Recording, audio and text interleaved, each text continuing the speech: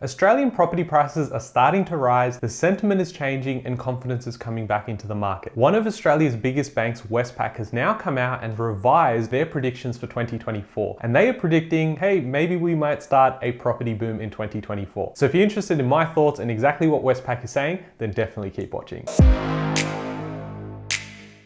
Hey guys, my name's Ravi and welcome back to Personal Finance with Ravi Sharma. If you're new here, smash that subscribe button because I talk about real estate, cryptocurrency, and financial freedom. Now I do apologize, I haven't been as regular with the uploads recently, and that's because you guys are crazy. You guys came out and really supported the buyer's agency. Search Property has been on fire. We have been smashing records. We have been signing up so many people, but also securing a lot of deals for you guys. So if you're interested in getting ahead of what comes next with property prices, then definitely go check out this video. It is a breakdown of exactly how we can help. It's a free video, 35 minutes, sit back and relax. I will also leave a link in the description below for the website. Now, as of 24th of April, 2024, Westpac comes out and says Australia's housing market is set to stabilize, and they've come out and made some really bold claims around what could happen to property prices in the next 24 to 36 months. Let's dive into what they're saying. Nationally, dwelling prices to hold flat in 2023 and revised up from their -7% prediction. Prices are now expected to lift by 5% in 2024,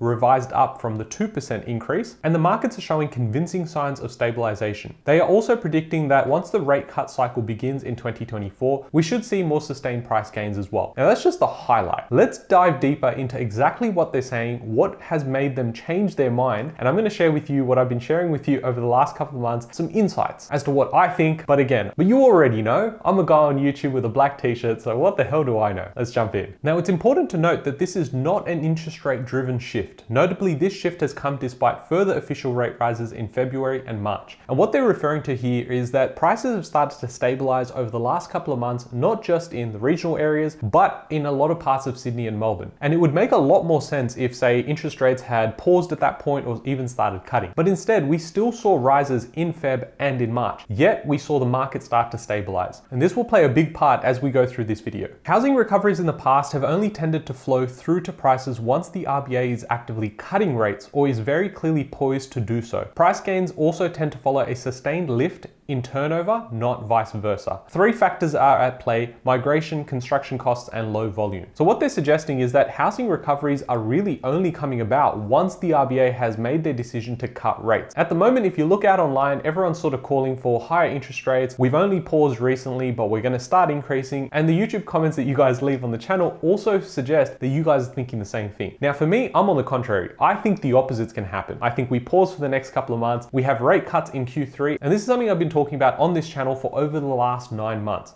Now, the three factors that are at play right now with migration, construction costs, and low volumes are all contributing towards the price gains. Now, something to keep in mind, which is what I was referring to earlier, is if interest rates haven't been driving this change and stabilization of prices and price growth, then what happens when the RBA actually starts cutting rates? And this will be very important in 2024. Now, the net inflows are now expected to be around 400,000 for 2022 and are forecast to remain elevated at 350,000 in 2023. The latest surge has contributed to a significant tightening in rental markets, with vacancy rates falling to historical lows, rents rising sharply in all major capital cities. So we're seeing record levels of migration, a lot of people coming into the country, and about a third of new migrants eventually end up purchasing, usually about 6 months after arrival. So how it works is, on average, most migrants will come into the country and they'll have some money. They'll go in and say, okay, well, where can I secure a job? Where can I actually actively work? Or sometimes they'll already have work before they come here. They'll go out and they will go and rent somewhere first. Now, it's a very rare situation where they'll come in and they'll go buy straight away. They need to come in, acclimatize, and figure out what they actually want to do. They'll go and rent first, and then some will go on to actually purchase within the first 6 months, about a third of new migrants, but the rest will continue renting, and some will actually move around Australia, or some might actually go back home. And we're already starting to see that come into effect. Rental vacancy rates drop first. You start seeing rents increase. Once those rents have started to increase, people go, okay, well, we're priced out of the market. Let me go and buy something, because it all starts making sense. At about this time, you also start seeing rates start cutting. Now, it may not just be the RBA having to cut these rates. The banks can go out themselves and start reducing those rates themselves. We've already started seeing all major banks, including ANZ as well as CBA, they've gone and cut their fixed rate mortgage products. And this is something you'd be unaware of unless you were following me on the channel, or you're actually going out there and doing the research yourself. If you hear the media headlines, they're not suggesting anything about rate cuts, but the banks are starting to prepare already. When it comes to construction costs, nationally, the price cost of a newly built dwelling has risen by 18% in 2022. So we're starting to see all of that come into effect, where the replacement cost of a new building is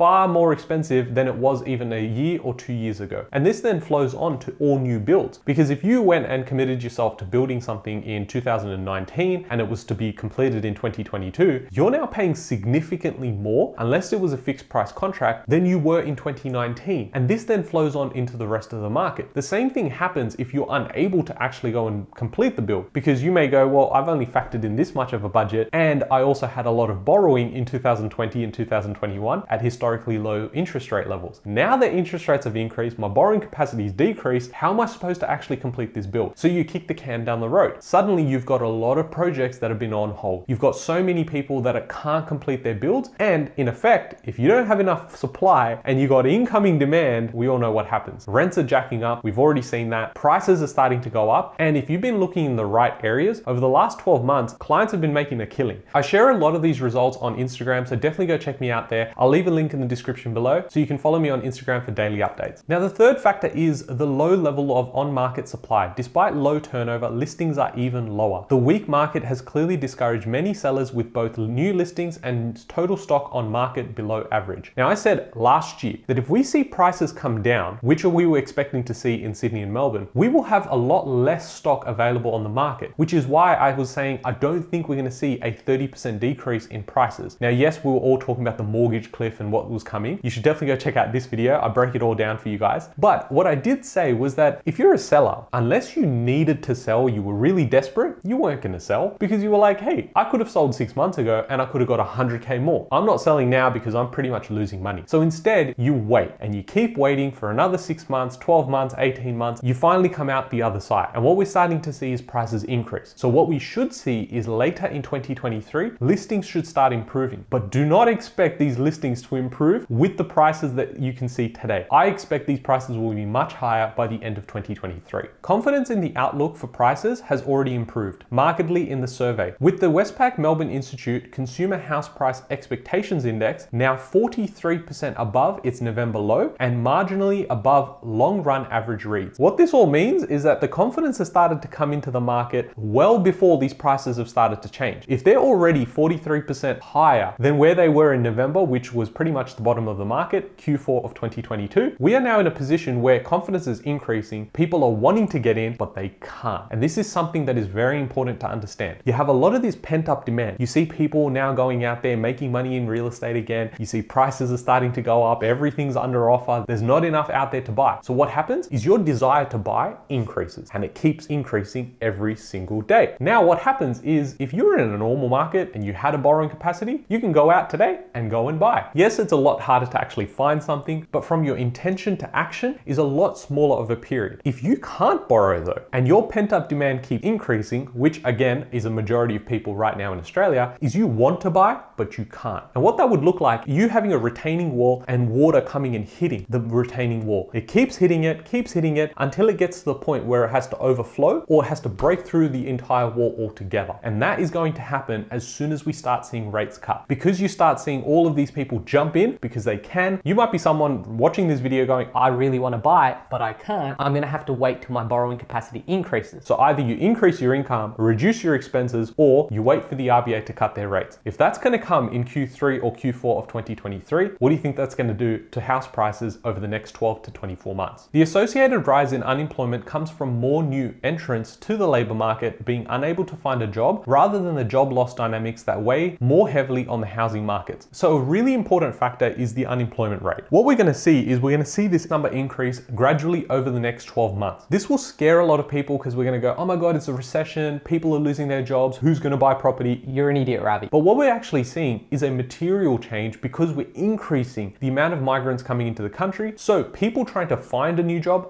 might struggle. That's not to say the migrants are going to struggle. They might come in, skilled labor. We've got a skilled labor shortage, so they'll come in and get those jobs. But the people in the local economy that are trying to find jobs may find find it more difficult. And on the top line, if the economy starts shrinking, which it's already doing, people spend a lot less because the rates are so high, you're gonna start seeing that pain, where companies aren't willing to hire as many people, and that's where you see unemployment rise. It would take quite a substantial shock to trigger another run of material price declines. Certainly a May rate hike would challenge expectations near term, but this is comfortably within the range of current expectations for most consumers. It is likely to require, at the very least, a sequence of rate hikes to dislodge expectations from here. And this is the main point, is that Westpac is coming out and saying, look, we do all of the consumer sentiment surveys. We understand that people expect that maybe we have one more rate hike, maybe two more. That really won't change their mind in purchasing over the next 6 months. What would change is if we had rate hikes go in every single month for the next couple of months. Based on what the RBA is coming out, based on what data we have available to us, it doesn't look likely that we could even see one interest rate hike. So if we're not seeing any of that, then it's very hard to say that the momentum that we've already started seeing from the November lows to where we are now, to see those prices starting to decline. What we're gonna see is prices increase gradually over the next 6 months, but it could be gradual, then suddenly, and all of a sudden. What I mean by that is that pent-up demand could push prices a lot quicker in the direction that you probably least expect, which is on the upward trajectory. The recovery is expected to move into firmer footing in 2024, with interest rate cuts providing clearer support. Prices are now expected to lift by 5%, up from the previous forecast of 2%. Further rate cuts and an improving economic backdrop will see momentum carry into 2025, although affordability is likely to constrain upside prospects. And what you can see here is the little table that they've got dwelling price forecast. They've got Sydney going up by 1% in 2023, going up by 5% in 2024. Melbourne will drop by 1% along with Brisbane, and Melbourne will increase by 5%, Brisbane up by 6%, and Perth will not decline this year, but it will also not increase this year. And next year should be the best performing capital city with 8%, averaging out to about 5%. So if you actually think about it, this massive decline that we were all expecting, according to Westpac, we only recorded a -7% nationally in 2022. It'll break even in 2023, so no more declines, and then we eventually see a 5% increase in 2024. Again, these are all generic numbers based on averages across all these markets. We already know that there are markets within markets. I can say to you right now, the properties we've been purchasing for clients have grown by 10+%, and in some cases even 15% over the last 8 to 12 months. So that was during interest rates increasing. What happens to those markets when interest rates decrease? And that's what I'm trying to get everyone ready and prepared for. If you're interested in that sort of help, then definitely contact me. I'd love to help you guys. But if you're interested in just these videos, you want to do your research and go do your own thing, then definitely go from intention to execution a lot quicker, because I'm telling you, the tidal wave is coming and it's going to happen a lot quicker than you think. I don't want to be some guy that hypes it all up. If you're interested in forecasts that Westpac has made around interest rates, definitely go check out this video. I talk about what they're expecting in terms of rate cuts, but also what that flow-on effect actually has to prices. If you have enjoyed this video, smash that like button, subscribe if you haven't already, and I'll catch you guys in the next one.